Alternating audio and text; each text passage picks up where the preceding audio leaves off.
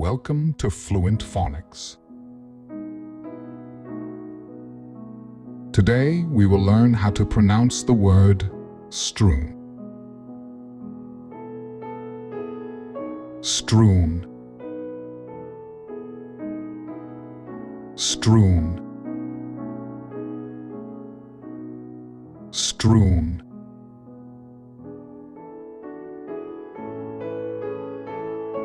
Here's an example of how one might use it in a sentence. The floor was strewn with papers and books, making it difficult to walk through the room. Strewn means scattered or spread over a surface in a disorganized manner, making it messy or cluttered.